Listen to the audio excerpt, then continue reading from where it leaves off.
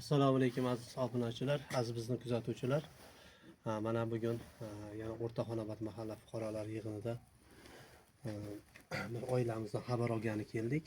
Mana Saxovat aka-larimiz Alloh rozi bo'lsin. Shunchalik mana produktlarimiz mana mosh, grechka, guruch, hop, sabzi, piyoz, kartoshka, olma, samarqand, qopda un va makaron va yog' va qo'y go'shti tuxum ehson qilishibdi. Alloh rozi bo'lsin.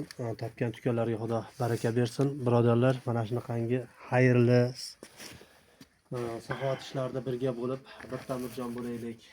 Endi qayta takrorlaymiz. Mana shu agar biz birlashsak, Allohning rahmati yog'iladi. Mana shu yerda Allohning fayzi barakoti bo'ladi.